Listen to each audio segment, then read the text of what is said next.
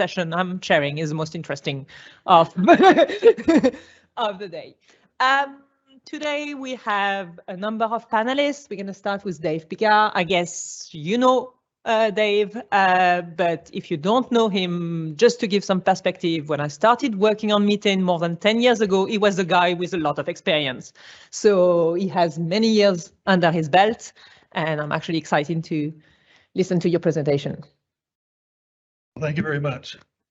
My presentation is really to provide a bit of a case study that shows the process and challenges and various aspects of designing a mitigation project and advancing that project implementation. And it's actually divided into two parts. One part is a presentation on the perspective that the project developer has, and the project developer in this particular case is GTP Solutions, and they're a company in Kazakhstan.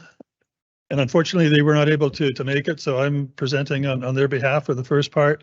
And then the second part is really to look at the aspects of conducting a pre-feasibility assessment to determine the technical and economic viability of a project. And that was the aspect, or that was the part that we had to fulfill in this particular project. We did the pre-feasibility assessment, and GTP Solutions was the company that has been advancing this project to the implementation stage. So the project itself is a case where there's stranded solution gas at an oil production facility. Actually, it's 3 oil production facilities in the southwest corner of Kazakhstan. Kazakhstan is a major producer of oil and natural gas. It's the 13th largest producer of oil in the world. It's ranked number 23 with respect to natural gas. So it does have infrastructure in place to capture gas and get it to market, but most of that tends to be in the eastern part of the country. The potential for stranded gas exists more in the western part of the country, which is where this particular project is. And in any mitigation project, the objective is to, of course, show that the project is technically and economically viable, but it's not sufficient to simply do that.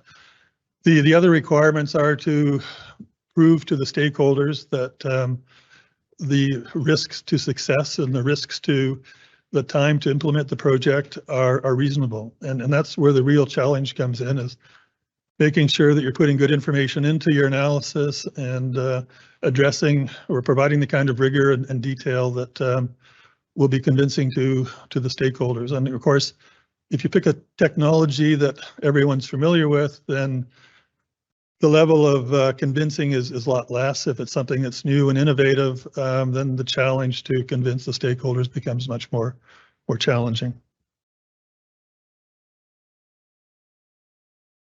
So the key types of opportunities that we evaluated, one of them is, of course, always to look at re-injecting stranded gas to put it back into the formation and help maintain reservoir pressures. That will help to increase the amount of the oil production you can ultimately get from the reservoir. It conserves the gas until it can potentially be produced and utilized at a later date. The problem with that approach is that the economic benefit of that isn't really realized until the end of the project, when the impact of those measures take place. In this particular case, industry had already gone through that process and decided that it wasn't economically viable to be conserving the gas. So our scope or focus on the project was to really look at what could be done to effectively use the gas in a meaningful way. I'll get into a bit more detail on the different technologies or mitigation measures that we looked at, but the one that we ultimately landed on was to implement small-scale GTL facilities at this particular site to take the gas and convert it into a liquid product that could be marketed locally or regionally. The basic approach that the project developer took is to provide what is typically referred to as a build, own, operate and transfer type approach to advancing the project. So their role was to bring together the financing to implement the project. They would build it, run it for a period of time to recover their investment, and then they would transfer the asset over to the producers, and they would then own that asset and get all the revenues that would come from it after that. So the first step was to approach the producers, get agreement from them that they would make the associated gas that was in excess of their on-site needs available for this project, sign agreements to do that, and then look at trying to build the market opportunities for this project. So that included identifying potential buyers of the product that would come out of the project, as well as identifying investors that would be willing to help fund the project. The mini GTL process that was selected to do this, we actually looked at 3 different technologies that are on the market right now and have been demonstrated to be successful. These technologies typically have a reformer phase that takes the associated gas and converts it into carbon monoxide and hydrogen, either using steam or a plasma approach. And then it uses the Fischer-Tropsch process to convert that into a liquid or a synthetic crude product. And there's usually boutique catalysts that are involved that differentiate some of the different processes that are versions of the mini GTL process that are available. Once you've got the synthetic crude, there's 2 options. One option is to take that crude and blend it back into the produced oil that's coming from the production facilities in the area. If you do that, then you pay, of course, the transportation fees to get it to market, and you get crude oil pricing for it. The other approach is to implement a hydrocracking process to actually produce different types of refined products. So some of the possible outputs can be produced using these mini GTL processes include diesel and gasoline and jet fuel. And that was the objective here. There was, it's a remote area. There is a market for diesel regionally. Now, instead of sending a liquid product or a conserved gas product a great distance to market, they had a local marketplace for this. So it added to the economics of the overall project.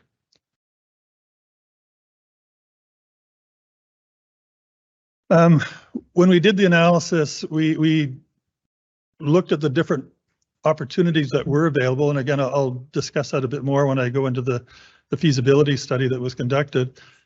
A number of the options that were available were easily discarded given the constraints that we had to deal with for this particular project. The 2 that made the most sense were the mini GTL process and the possibility of extracting condensable hydrocarbons from the produced associated gas and blending that into the oil that was produced at these sites. So that latter approach proved to be actually more economically viable. It had a greater rate of return. It had a much lower capital cost, but it didn't fully utilize the gas that was being produced. As an analogy, it would be like taking the icing off the cake and throwing the cake away. The mini GTL process didn't provide the same high rate of return, but it utilized the full amount of gas that was being available. And although it had a much higher capital cost, the total income that would come in over the life of the project was much greater. And in the end, if you look at the revenues that were coming in and the payback period, at least 2 of those processes proved to be quite competitive. So they had payback periods of less than 3 years, which is very attractive in these types of investments. The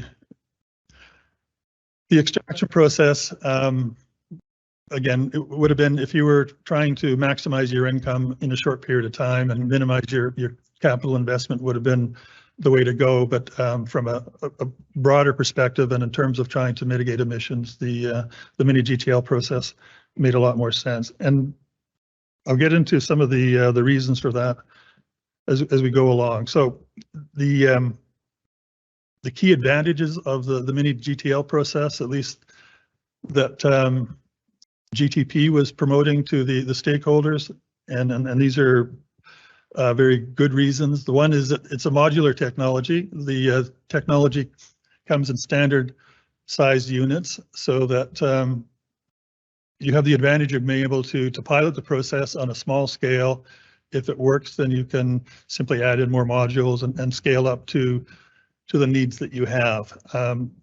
If production starts to decline and some of those units become surplus, then you also have the opportunity to redeploy those to other applications. And the sense was that being able to demonstrate this technology in this particular oil field would create interest in other parts of Kazakhstan and would create opportunities to redeploy these types of units elsewhere, so that you would get more than simply the benefits of implementing that technology for the life of. Now? Okay. Thank you. Thank you for the invitation for GMI. For us, it's really a pleasure to be here because we started to learn about all the issues of methane initiative challenges here in GMI. For us, it's really important. I work with the Ecopetrol at the Center of Science, Technology, and Innovation. Part of my role is bring to the company closer to these initiatives, to these challenges, to the methane, and help to implement this kind of plan of the company. Yeah, in this, like the company, all the company is really commitment with the reduction of methane, since the senior management until the operator in their facilities. For us, it's really important, all the program to reduce methane. I have some slide, but I don't know if I have enough time. Just a brief to tell you what we are doing. Okay. For the moment, we have, in this moment, in our company, we have near to 11 million CO2 equivalent in our inventory for the scope 1 and 2. For the scope 3, we have like 134 millions. And we have a roadmap to reduce our emissions. We have some strategies related to the inventory, to update the inventory all the time. In fact, we are working in this moment with the specific emission factor to improve our inventory. And also have the technology issue, and we are investment in all the technology to reduce methane emission, but also we have, for example, other kinds of initiative for reduce CO2, like for example, this year we start with our first H2 pilot in one of our refinery. And the idea is to research more in H2 production, green H2 and blue H2 also. And other part of our strategy is the natural solution based in nature, because in our country especially, we found this is a good strategy, and we can involve the community in this kind of project. We expect to reduce our emissions maybe 30% in this kind of solution. We are implementing criteria for CO2 for all the project, including the methane project. Is one way to take in account this kind of issues of the reduction on the project. In most of the case, is not cost effective, but well, in the related with the methane, yeah, not is the same to CO2, but is one criteria that help us to introduce all of this and take in account in the completed project. Okay, let me see.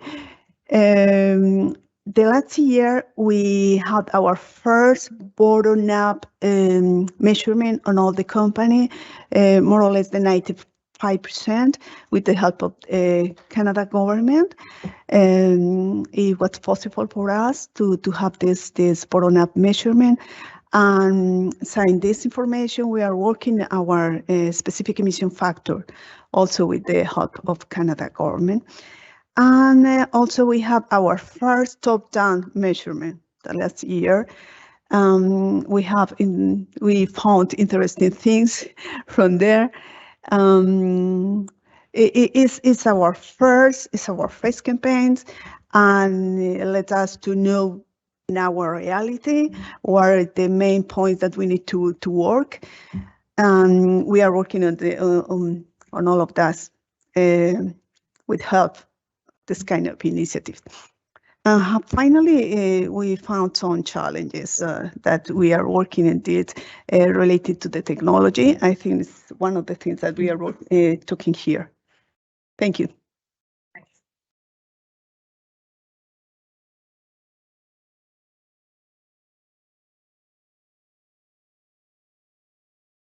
So, hello, everyone. Oh, there's mine. Okay. I could try your talk. I don't want to try yours. Darn. So, I've been passionate and worked on methane for over 25 years and really focused on solutions around eliminating methane and flaring and venting. So this picture, and Stephanie knows it well because it's actually in Colorado, and Colorado has some of the toughest rules, performance-based rules to deal with emissions. And what you see there is making sure that there's no flaring and venting, and it really started on making sure there was no VOCs. But of course, as you've heard through the conference, dealing with air quality also deals with climate change. The two go very much hand in hand. And so recently, they've also put in rules that eliminate flaring and venting, all with focused on creating the win with community, dealing with air quality issues, and I will show you in the next couple of slides, also dealing with climate change.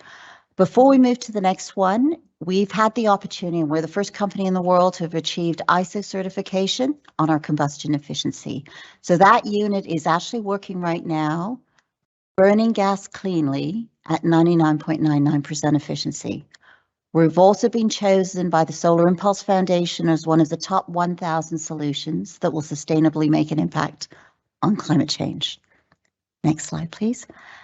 So Matt talked a lot about some of these non-routine emissions that we're seeing with a lot of the detection tools. They're hard to quantify, and globally around the world, we have typically vented these emissions.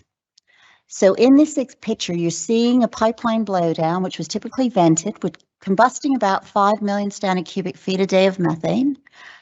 And if it's vented, we would actually be putting around 8,100 tons of CO2 equivalent into the atmosphere per day. By cleanly, now I'm using the 20-year global warming potential. You'll see on the graph that I've also shown the 100-year, it would be 2,700 tons of CO2 equivalent. So by cleanly combusting it and turning it to CO2, we would drop the CO2 equivalent to 260 tons. So what you're seeing there not only is a big impact on reducing the emissions, there's 17,000 houses surrounding this site. There was not one complaint. In addition, the emissions were reduced at a cost of less than 10 cents a ton. Next slide, please. For Williams, we've been working with them to design zero flaring and venting sites. So this was in New York State, where there's a moratorium on oil and gas activity. So it's an existing compressor station. And of course, to quote Matt again, one of the biggest sources is venting from compressors. So it's maintenance on your engines. It's when your engine goes down and you do a soft start, big source of vented methane. So in this picture, you'll see that everything is tied in that's routine. But in addition, this one unit is designed to do the maintenance. So engine maintenance, engine failure, soft starts, so it's and pigging pipelines, so truly created a zero emission site. Next slide, please. This is a pad site. It's a 44 well pad site in Colorado. And this client has redesigned the site. What you see circled, they're fracking this site right now, and all the flow back is coming to that unit that's circled. The reason the pitch is taken at dusk is people don't believe the unit's running. So that's why it's a dark picture. Once that pad gets turned over to production, one of the challenges globally is pipeline capacity for the gas or lack of pipeline capacity. So the units circled or squared in blue are there for production to make sure there is no flaring, venting, and no harmful emissions. We're having these conversations globally. So in Nigeria, the regulator has now said to turn the oil production on, you have to find a clean way to deal with the gas.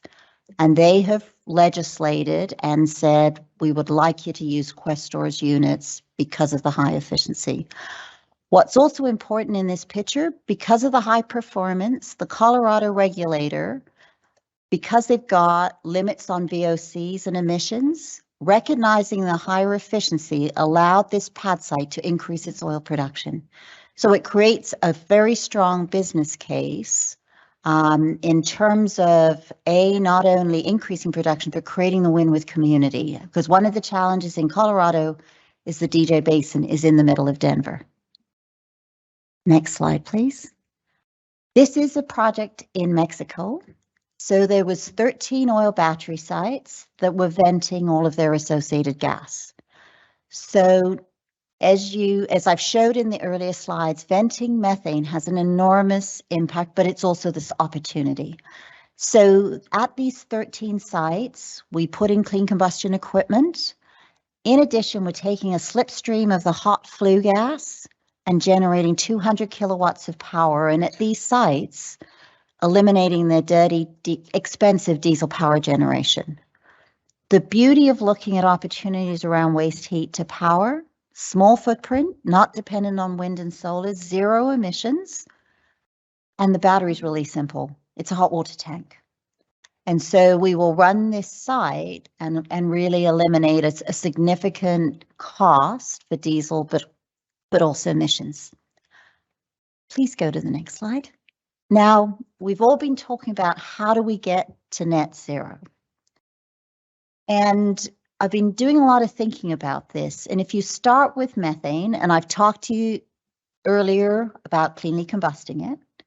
So I'm taking the same example, which was the 5 million standard cubic feet a day that was vented. So by cleanly combusting it, we reduce our GHG emissions 97% at a cost of 10 cents a ton. We can pull out the heat, which then drops out water. We can create about, in this case, 7.5 megawatts of power. It could be used for water treatment. It could be used for process heat. That reduces GHG emissions another 77 tons of CO2 equivalent. And because of our high efficiency, what's coming off the top of our stack is CO2, water, nitrogen, and heat, which means we've got a clean CO2 nitrogen stream once we drop out the water that could either go on its own to a fertilizer plant or separated and sequestered. So the next slide will show not only have we reduced weighted average, reduced these GHG emissions at a cost of less than $1 a ton. The capital was around 12 million. It pays out in less than a year. And the next slide will show we've actually, because we pulled out the heat and generated power, have actually got a negative reduction in CO2 equivalent.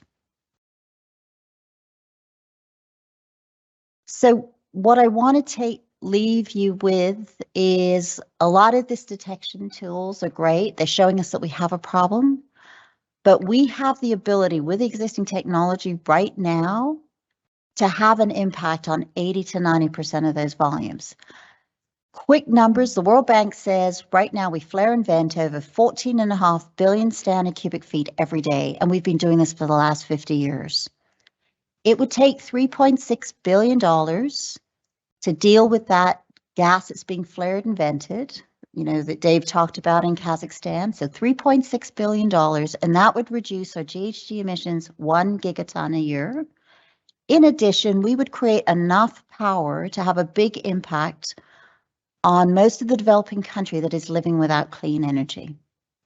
We have spent that in a heartbeat on a couple of carbon capture projects with a lot less impact from a global warming perspective. So we're solving the wrong problem right now. We're focused on the wrong thing if we truly want to make an impact in the next 20 years. Thank you.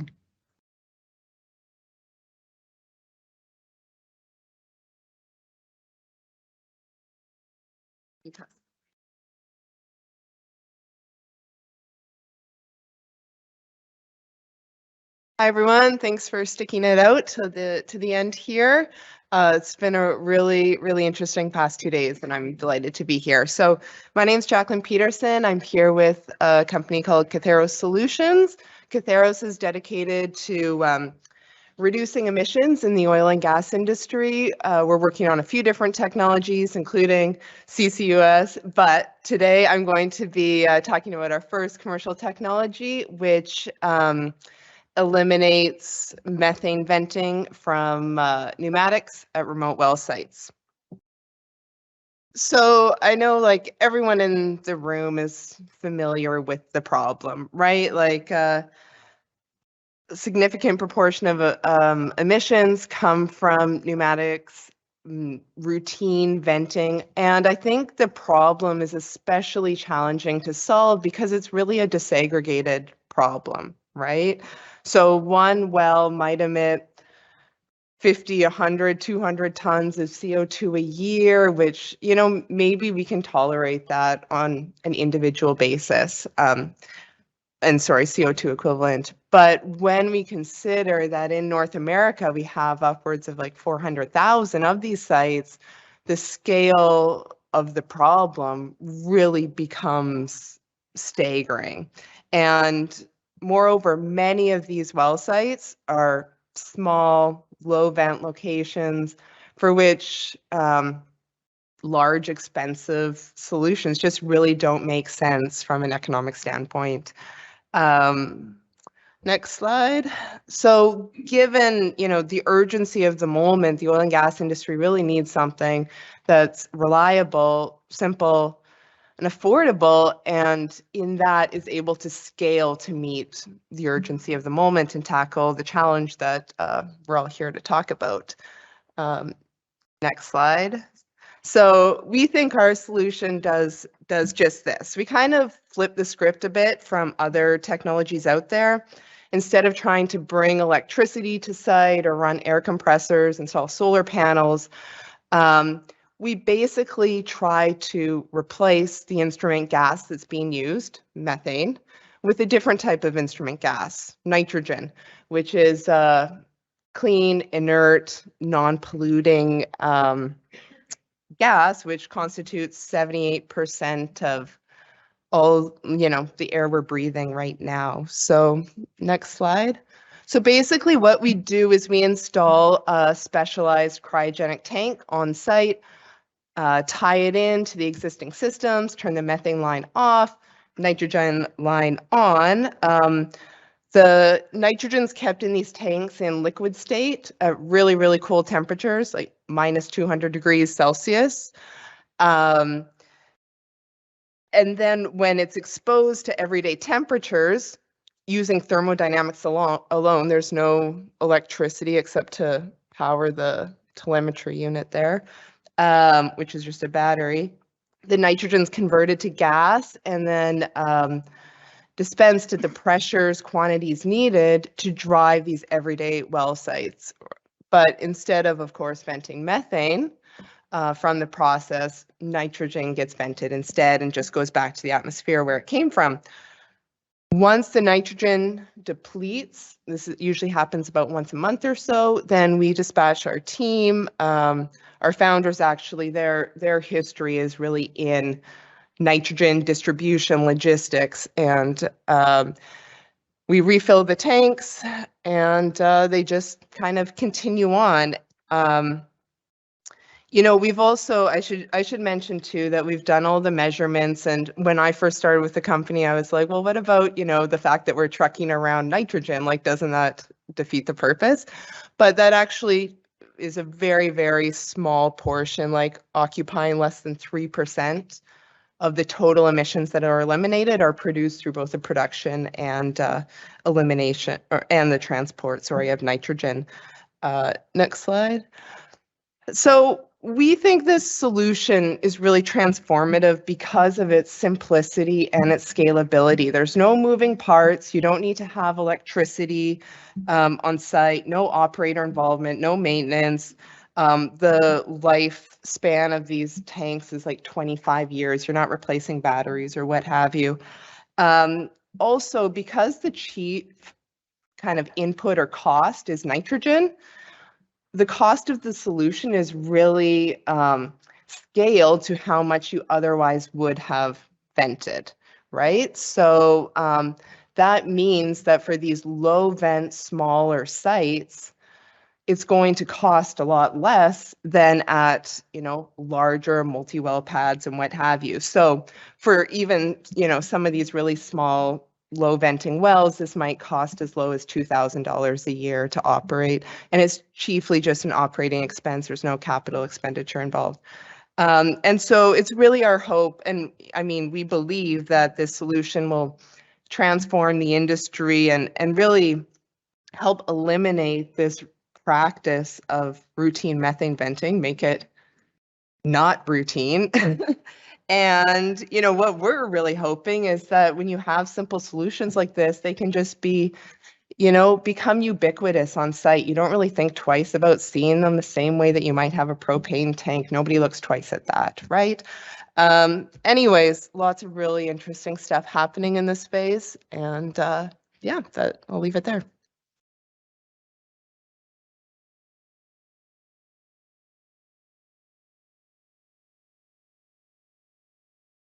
Thanks to, does it work now?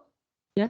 Thanks to all of you. So we've seen actually quite a few examples of very inspiring projects that are actually reducing emission in the field. So to kick in the discussion, and I hope the audience has a lot of questions in store, I count on you. I'm going to start with one of mine, and I'm going to make it very simple and easy question to answer. So according to you and each one of you, what is the single most useful action that we could do to reduce the emission at scale globally?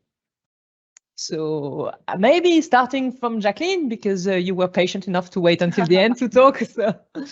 Yeah, sure. I mean, it's simple, really. Money and regulations. You got to have like one or the two. There has to be some sort of, you know, there are companies that we've seen here today that are really proactive, doing amazing things, taking it upon themselves to get to net zero. But for the large majority of companies, there has to be some sort of economic incentive, whether it's like in Alberta, we have this amazing offset program, or there needs to be regulations or incoming regulations that really, you know, make people do it. And when you make people do it, then innovation comes. So that's my answer. So yes, regulation help. But at the end of the day, we've got to make sure we're solving the right problem.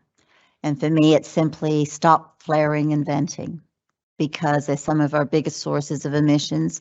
Take a proactive approach. We're very reactive right now in the way that we look at things. We say we're going to look at satellites, we're going to fly drones and airplanes, we're going to find the leaks and off we go. But any engineer that has operated, designed a facility, before we started them up, we do HAZOPs, so we know exactly what the emissions are going to be. We can design for that. It's quite simple. I've given you enough examples to show that this is possible. If we can stop flaring and venting and putting methane into the atmosphere, we have a big opportunity to make a difference.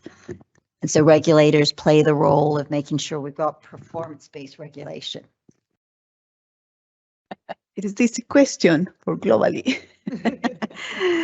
I think, yeah, it's important, the measurement, the regulation, the targets that the company put in itself, investment also.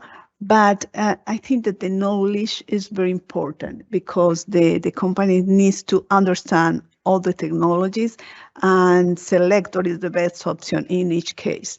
The knowledge, the transfer of the knowledge, I think it's important to understand it.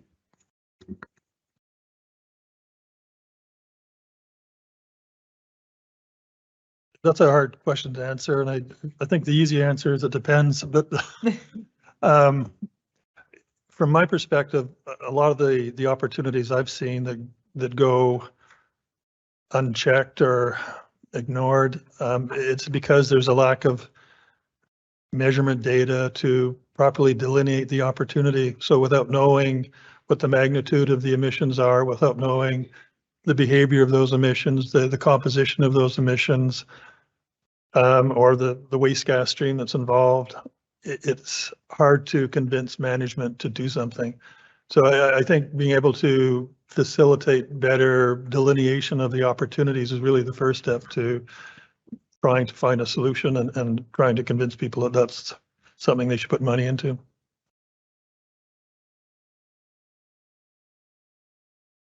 Thank you. Thank you for having a go at the question. So now I'm going to turn now to you. Yes. Great presentations from all of you. You want me to come up here?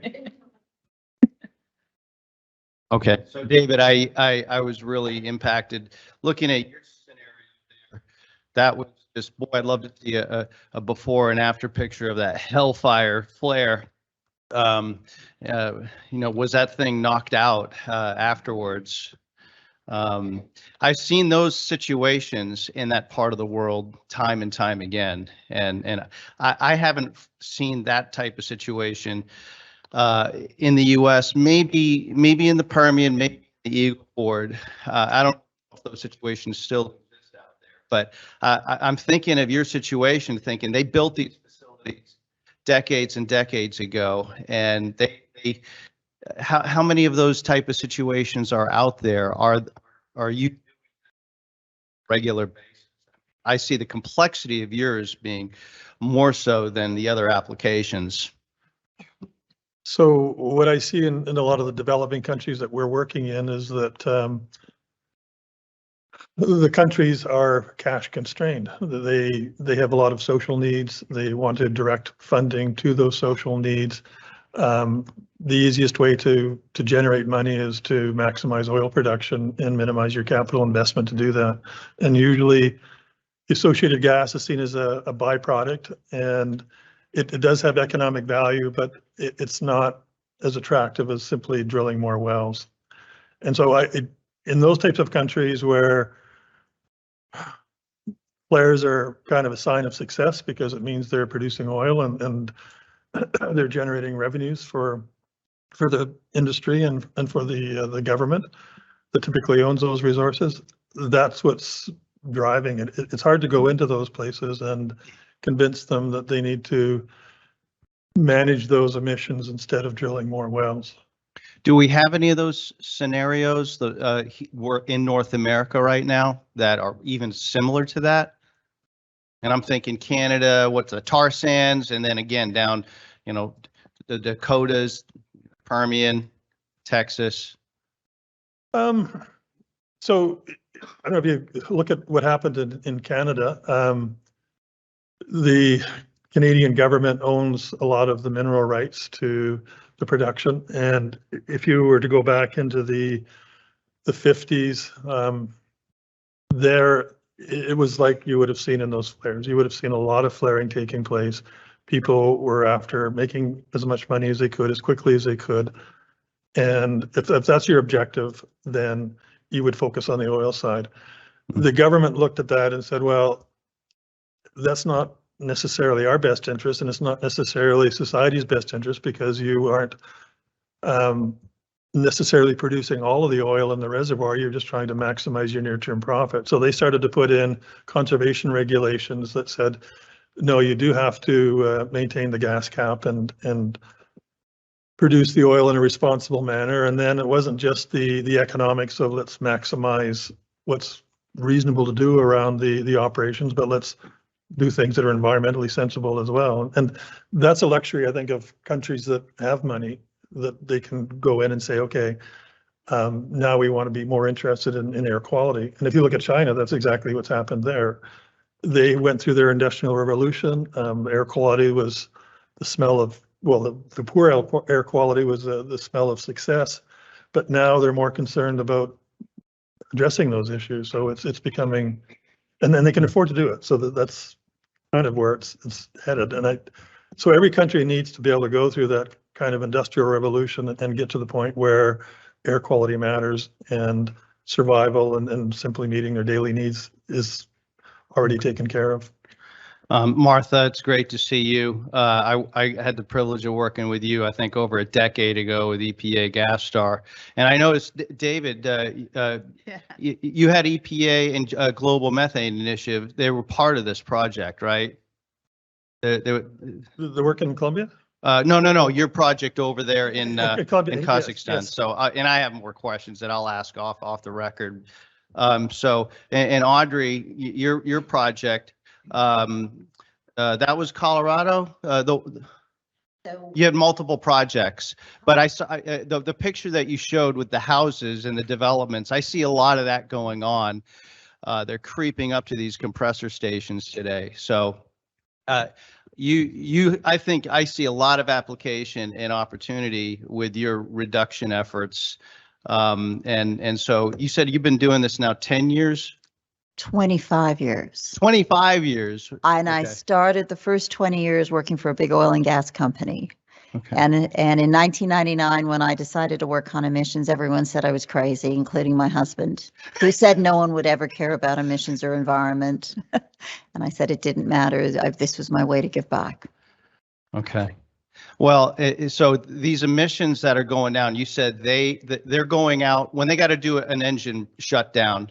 They're now just burning those emissions off. They're mostly venting it. So is it the pipeline or the engines? It's all of it. Okay. So most compressor stations, so engines, just like the engine in your car, after so many hours needs to be maintained. If it's attached to a compressor, the compressor's vented. Yeah. When we do maintenance on a pipeline, if we've got to fix a valve, we shut the valve upstream and downstream, and we vent all of that volume in between. Because if you flared it, it would be a big ball of fire that no one wants to see, right? So one of the pictures was College Station in Texas. So typically they would have vented that because of the opportunity to reduce GHG emissions. That was right in the middle of a neighborhood. We're there all the time. In Calgary had 80 wells with 34% H2S within the city. The CEO of Nexen, Charlie Fisher, said, yes, the rules allow me to flare, but I'm going to use best available technology. And for 7 years, we followed the workover rig. Mm-hmm. Never one complaint. Sometimes we were across from the elementary school, the Starbucks, someone's backyard.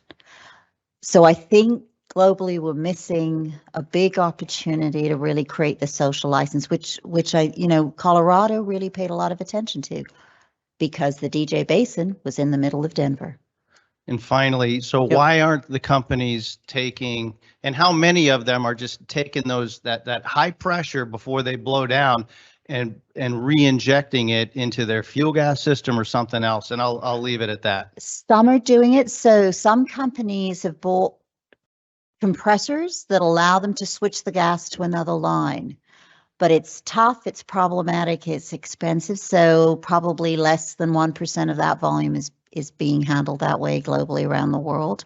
The majority of it is being vented. So when the satellites fly over and they see a big methane cloud, it's a maintenance activity, right? So I believe probably 80 to 90% of our methane emissions right now, and we've got this whole discussion on bottoms up and tops up, but no one has to record that number. It is not reported anywhere. So if you think about it, if we have underestimated our emissions quite significantly, then number one, it's a great opportunity, but it would explain why we're seeing this much more rapid temperature rise, and we've seen this increase in methane emissions over probably the last 5 years, is because we're missing a good part of that inventory.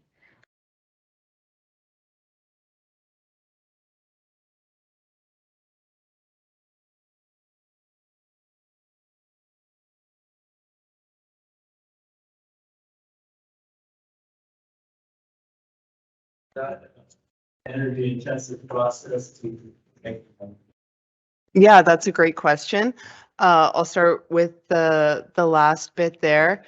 It's not really a energy intensive process, and of course it depends where the nitrogen's produced. So, for instance, and what the nature of that grid is. In Alberta, for instance, it's usually about 1% of the total emissions eliminated are produced through the production of the nitrogen, but in neighboring BC that runs off hydro, that goes down to basically nothing. Then when it comes to the distribution, as I said, that's about another 1% on as well. How nitrogen is sourced, pretty much everywhere. Nitrogen's used quite extensively in the energy industry for different reasons. And so usually there's a nitrogen facility or air separation unit wherever you have oil and gas production. It's interesting. We find that in Canada, there's a few big suppliers, Air Liquide, Praxair, Ferris, that manage this. Whereas in the US, it's a lot more. We see a lot more kind of like mom and pop shops, that we're currently working with. And yeah, again, that's kind of more our specialty, is organizing that distribution, because that's really where the key is to make it economic. It's the same with delivering propane. If you have one truck just servicing one propane tank, 100 miles away, it's going to be very expensive to deliver that propane and very expensive to have. Same goes with nitrogen. If we just have one tank operating all alone in its own region and we just go out there every month to fill it up, that's going to be very expensive and very expensive for the producer. What we do is we set up these like smaller networks. So we always have, 10 to 20 locations in a given region that can all be to achieve those economies of scale. And that really keeps those nitrogen costs down and makes it, very, very competitive. And yeah, so that's kind of our business model. So does yours, you don't need electricity to power any of this, do you? No, just like a normal AA battery to run our telemetry. Yeah, because another thing that I will add to kind of insert myself into the previous panel is that we have, it's really cool. It's a closed loop. By tracking the amount of nitrogen that we consume, we really accurately know how much methane otherwise would have been vented. And so we're generating a lot of data right now about these, locations' actual vent rates. Usually they come to us with their list of pneumatics. We can get kind of a best guess, but it's usually not until we actually tie the system in that we know if they were over or under. And, it's going to be really fascinating in the years ahead once, we get a lot more of it. You gotta build a network you gotta build the tubing systems to get to the pneumatics or the valves to tie them all in, right? Yeah, and it's just pretty much like a 1/2 inch tube. It's just standard stuff that most instrumentation guys can do. It usually just takes half a day to install. It's, again, we try to keep it as simple, like we think it has to be simple in order to really scale. Yeah.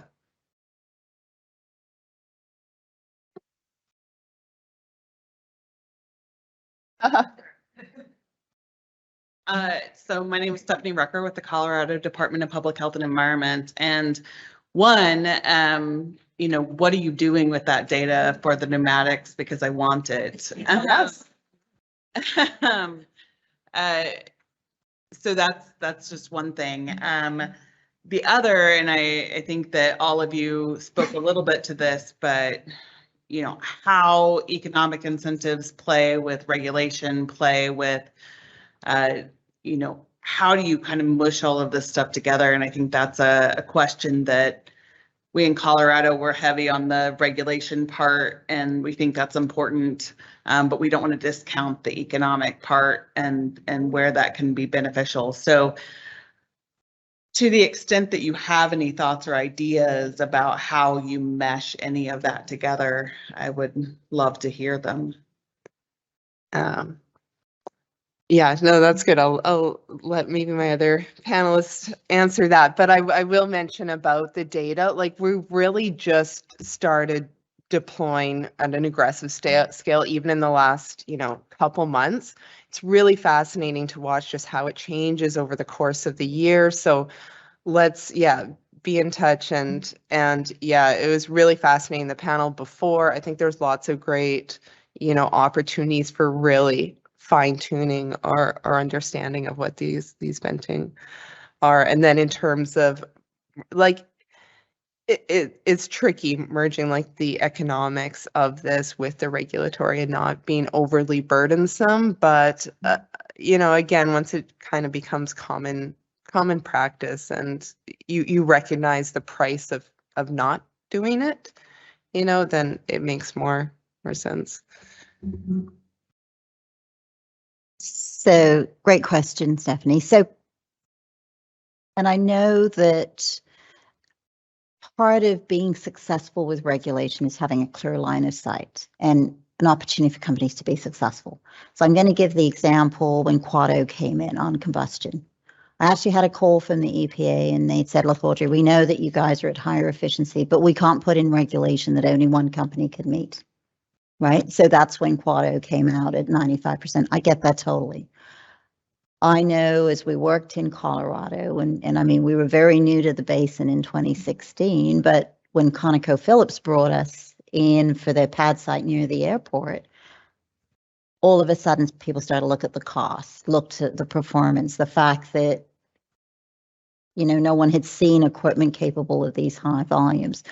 It didn't become a big stretch. And I know that the Colorado Oil and Gas Association has talked about, the impact on air quality, the fact that all of this regulation actually didn't have a negative impact. So at the end of the day, when you put, probably most important when you're putting regulation in is clear line of sight on how companies can achieve it and be successful. I'm a big believer, any technology, if it doesn't make business sense, it's not ready. It needs to go back to the drawing board because it's not sustainable. If you have to subsidize it, it's not ready, and it's defying the laws of thermodynamics or entropy or something, right? So if we're truly going to make an impact, we got to do stuff that makes business sense and stands on its own. Thank you. In Colombia, the regulation just has 7 months. We are trying to understand because we have some challenges. Specifically, we have old facilities and new facilities, and we think that the regulation is no match with the old facilities. It's really difficult for us, and we need a big investment for compliance there. We are talking with the authority, trying to connect, trying to have an agreement because it's difficult for some facilities comply the regulation.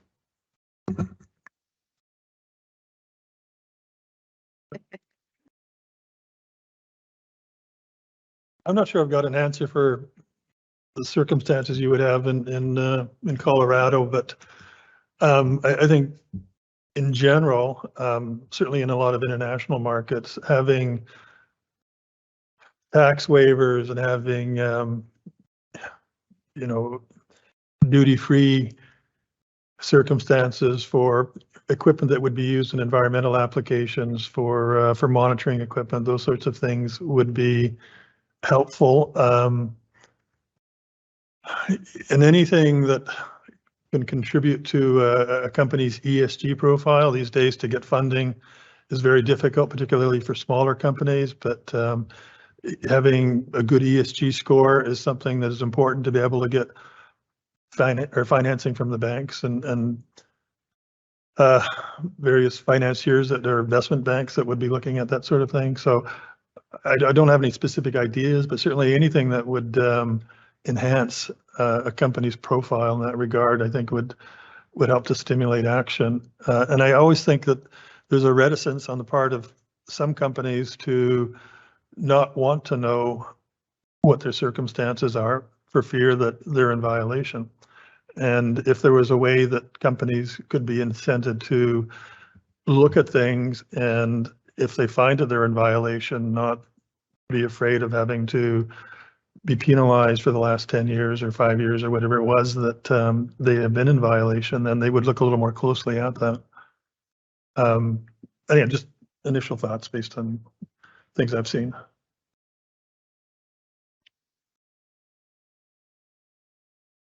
No more questions? You're getting tired? So I have one last is about verification of the emission reduction, which is achieved.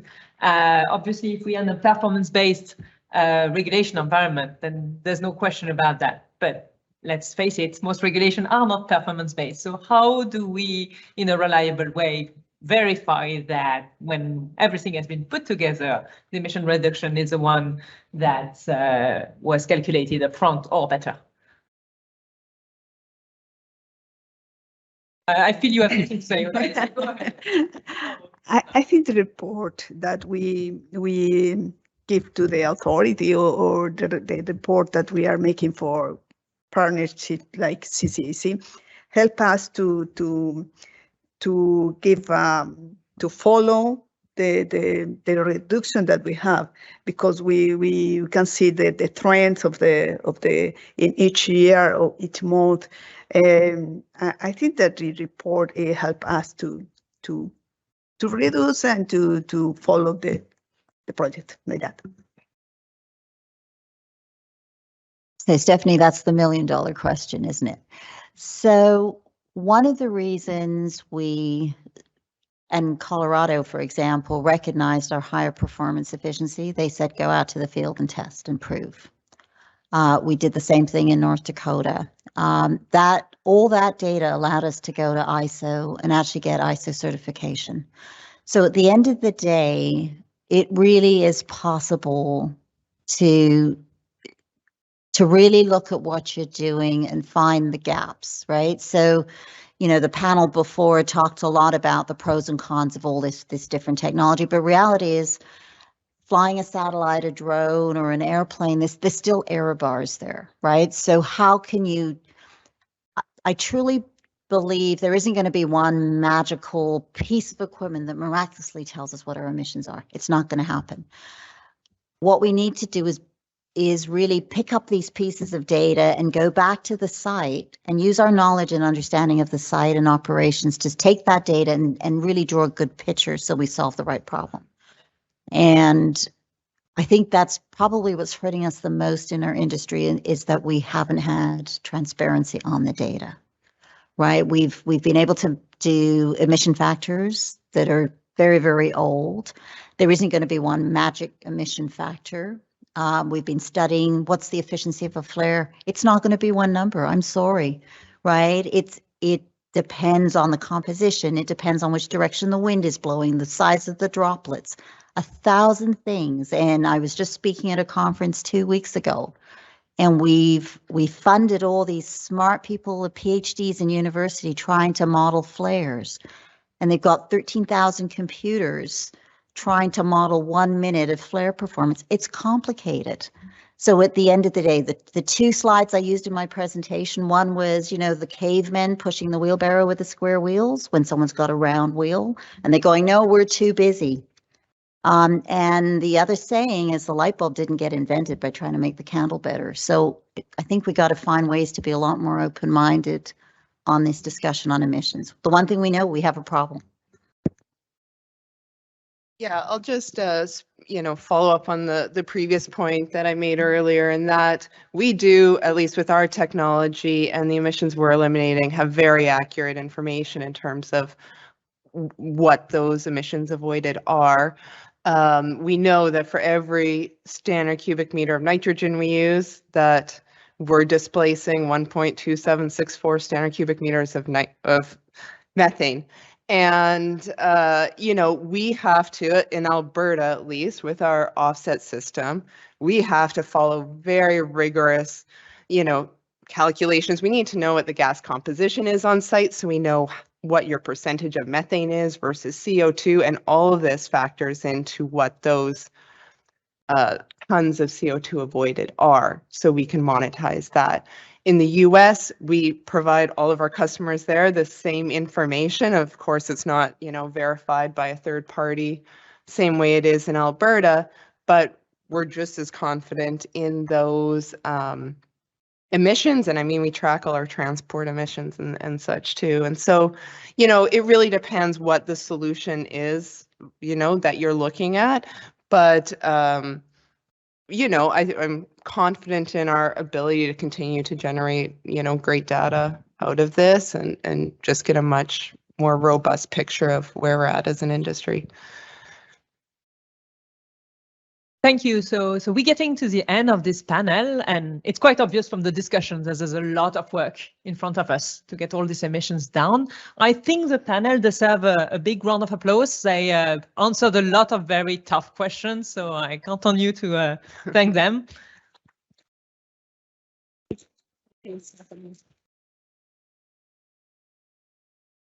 And James, you owe me a drink because I finished on time.